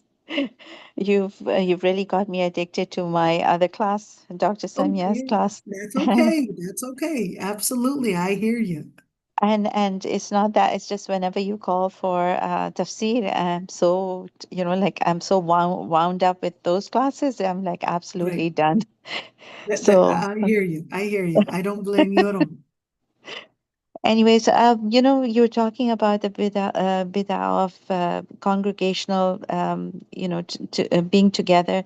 I just wanted to say that, growing up, my grandmother always had, anytime someone felt sick, someone was, there was something wrong, we would all gather together. And I still remember those scenes of everybody sitting together and reciting the ayat karima la ilaha illa anta. So we would recite that and we would sit together, and there was even though it's all bid'ah, innovation, but I remember that as being a form of training. Like you said, it's a training for young people. And for us, the school that we had was our elders, like you said, the respect for the elders and following in their footsteps. So it was such a we had to break out of that. But sometimes, quite honestly, Dr. Aisha, I miss that because I Right. feel that it was a learning a tool. It was togetherness, it was family, it was gathering, it was on what on a beautiful dhikr of Allah. So I sometimes feel that it's such a fine line there. What do you say? Was it That's really why all I wrong? said, no, that's why I said that although I consider the preponderant that the sunnah is to stick with individual dhikr, but I still wanted to note that that opinion is a considerable opinion and they do have their evidence by the way. Okay. I know that right now you probably have one school dominating and I would say imposing their fatwa on all of us. But I think it's not fair to disregard the other opinion that probably is not right now, I would say not sponsored, but I would say that it's a considerable opinion. It's a considerable opinion. I would not necessarily, fight off and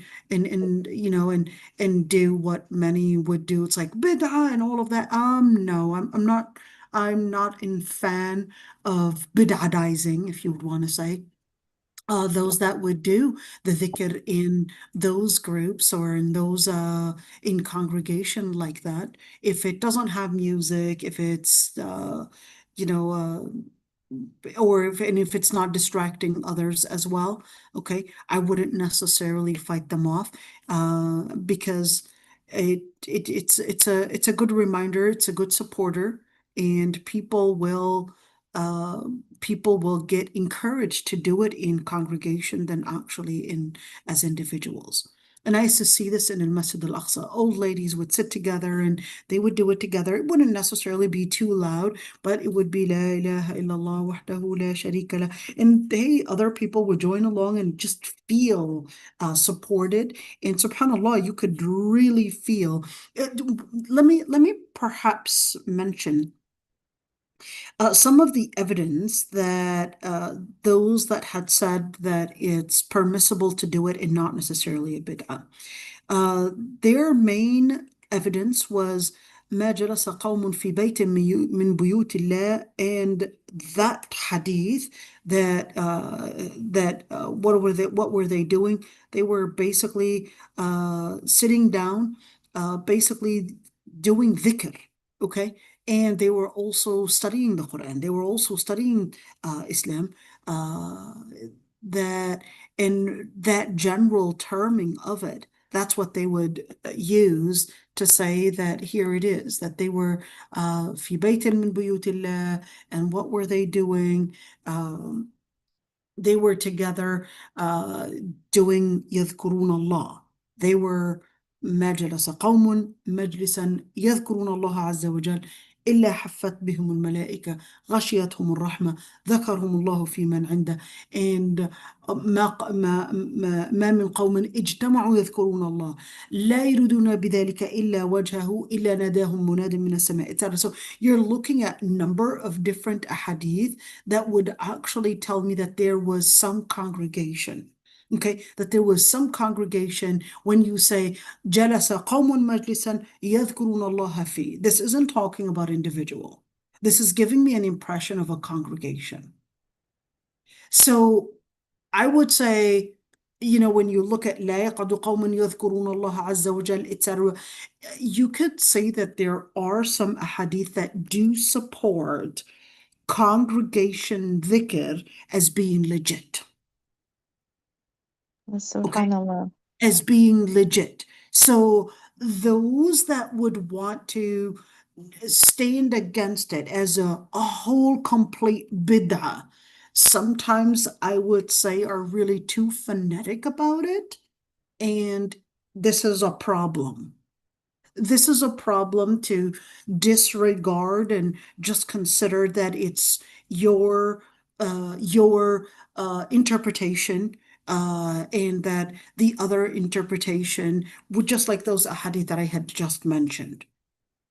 قوم يذكرون الله. It's a group. It's literally saying it's a certain group that's sitting down making dhikr. A certain group making dhikr. Well, what do you mean a certain group making dhikr? Certainly it's not individuals, talking about a group right there. You see it? So the opinion Beautiful. said congregation in a group that it has some basis, it has some basis.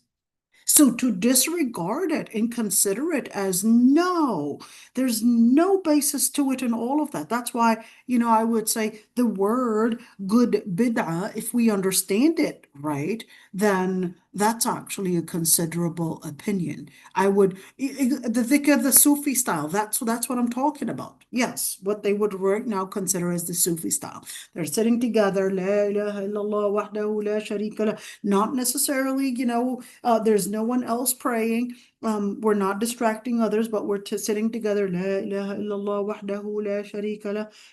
And we've got maybe this paper that we're passing along onto everyone, and we're going to say the first one is 7 times, the second one is 8 times, and one of them is probably holding a microphone to help everybody just know where we're at, etc. Okay, is that permissible? That's a considerable opinion. Do I necessarily regard it as the preponderant? I personally don't regard it as preponderant, but I will regard and I will participate sometimes with those congregation dhikr. And I love it, and I absolutely love it. That's I would good to not hear. do it frequently, but I would love it, and I will join. And I don't see a problem even with doing it frequently either. Okay. But my personal madhab is that that's not what I regard as preponderant. That's why I wouldn't do it frequently. But I do recognize that it's a considerable opinion, and I would not bid'atize. Okay.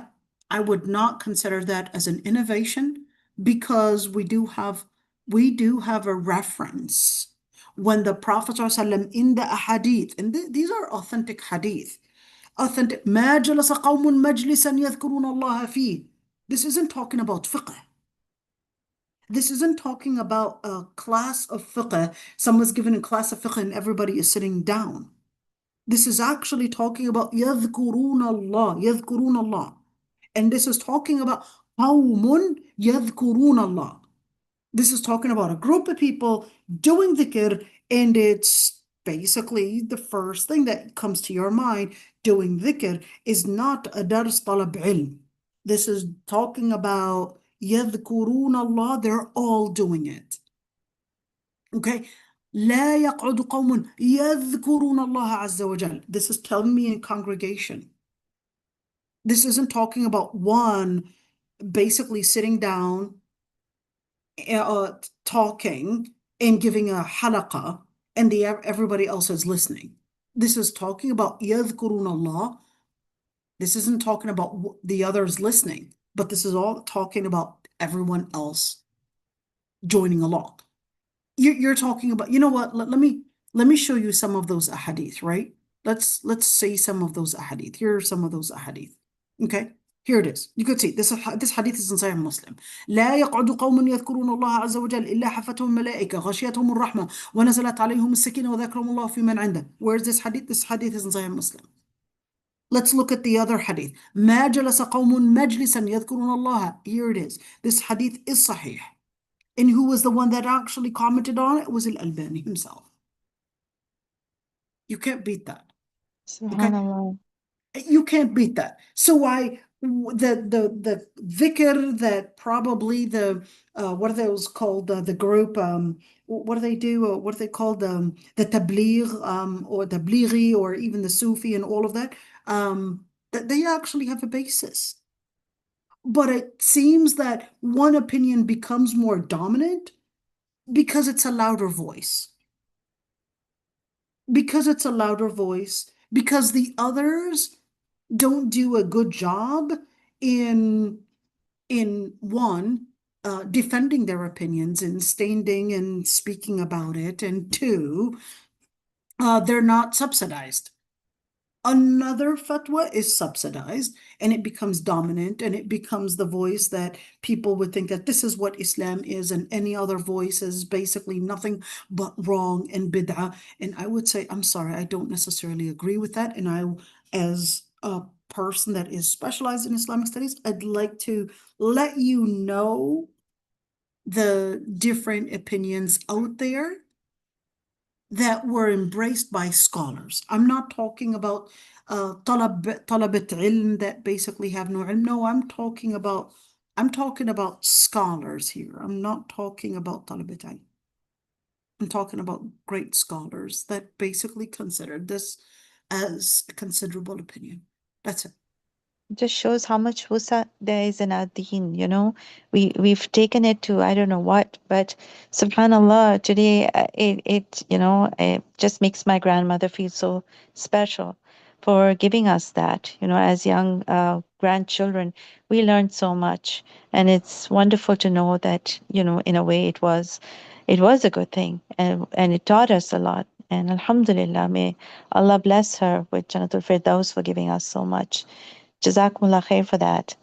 وإياكم وإياكم. But So how this much we would tell her to stop it, which was so you know, sad. I wouldn't actually stop it, to be honest. I wouldn't stop it. No, but we, with our little information, with our little knowledge, when we begin to learn how particular we are to criticize the elders and not accept in thinking that they might be wrong. Yeah. So Yep. that was very sad. That was really sad. It's very sad, to be honest.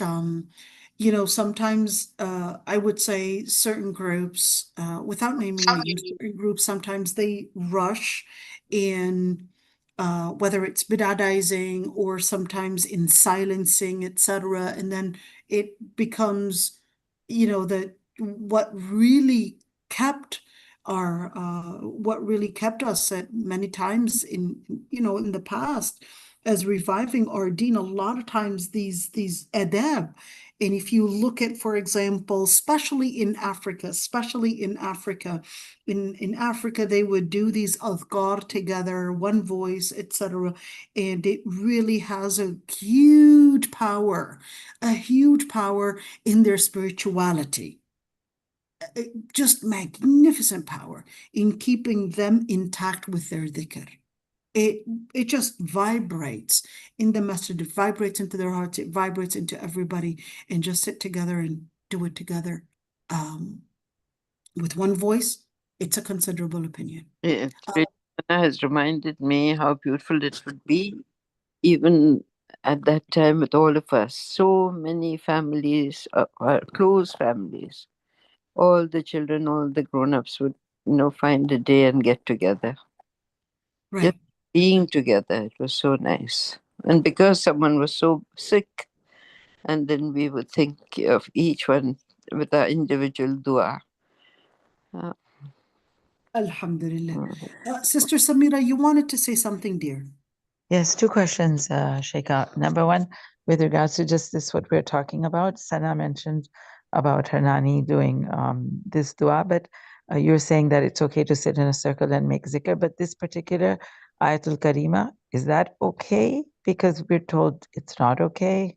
Which La ilaha ayat? illa- What La are we ilaha doing? illa anta subhanaka inni kuntu minas zalimin. And That's not an ayah, dear. Okay. لا إله إلا أنت. Yes, it is. Okay. لا إله إلا أنت سبحانك إني كنت من الظالمين. So we're basically, when you look at the scholars that supported the opinion that saying the general dhikr, so whether we're reading Quran together or whether with one voice, that is, or whether we're saying, like that dua al-mas'ala or dua al-ibadah, and that doing it together with one voice. So that opinion that basically regards it as a considerable and a permissible thing to do, whether you're reading Quran or whether, the scholars that embrace that opinion, whether you're reading Quran or whether you're making dua mas'ala or making dua ibadah, as long as you're not distracting others, they had their, let's say, their general support. The scholars that regarded it as an innovation, they regarded that we cannot use a general text and use that as an evidence to support and prove a particular context or a particular type of dhikr. But the scholars that supported the opinion, they said, well, why can't we? We've got a general text and it's talking to us in general and what we could do. Why can't we? So that's that debate that I just want you to see. so it's okay to say this in a group, this particular, I'm asking about this Well, particular. it's okay according to the scholars that said it was permissible, the ones that regarded it as not a bid'ah. So yes, and that's a considerable opinion. Okay, and the second question is, you said that when the hadith that's talking about when people gather to remember Allah and the angels surround them, this doesn't apply to something like our class and only to zikr circles? Doesn't it apply? So for the scholars that said that this isn't the hadith that we have over here, the scholars that said doing, let's say, dhikr, to meaning the type of tasbih and the type of istighfar, doing it together in congregation, they considered that these words, yadhkurun Allah, etc., that this isn't speaking about a specific type of dhikr like istighfar in congregation or tasbih in congregation. They regarded that this is referring to the type of congregation that you would do, that one probably maybe is reading Quran and the others are listening, or maybe one is giving a dars in tafsir and the others are listening, and one is probably giving a halaq or whatever it is and the others are listening. So this is what they regarded as, well, that's a type of dhikr. So they regarded that that one is giving the dars and the other is probably or reading Quran and the others are listening, and they considered that this is how the Prophet ﷺ had done it, and therefore this is what the sunnah looks like. Okay, but the others They basically said, well, it doesn't have to be specific to this kind, and in particular, to being that this is what the dhikr that this hadith is referring to. So I guess the word يذكرون is more of a comprehensive word, and that one group would consider it as containing ambiguity, and the other group would say, no, it's not containing ambiguity. It's pretty straightforward. It's telling you, يذكرون Allah, they're mentioning Allah subhanahu wa ta'ala, and here it is. Okay, so it's both. It's comprehensive. Jazakallah. Right. وإياكم. So this is it. سبحانك اللهم وبحمدك نستغفرك ونتوب إليك نشهد أن لا إله إلا أنت. And inshallah, we'll see you all next week, inshallah. Inshallah. Jazakallah khairan kathira. وإياكم. جزاكم الله خير.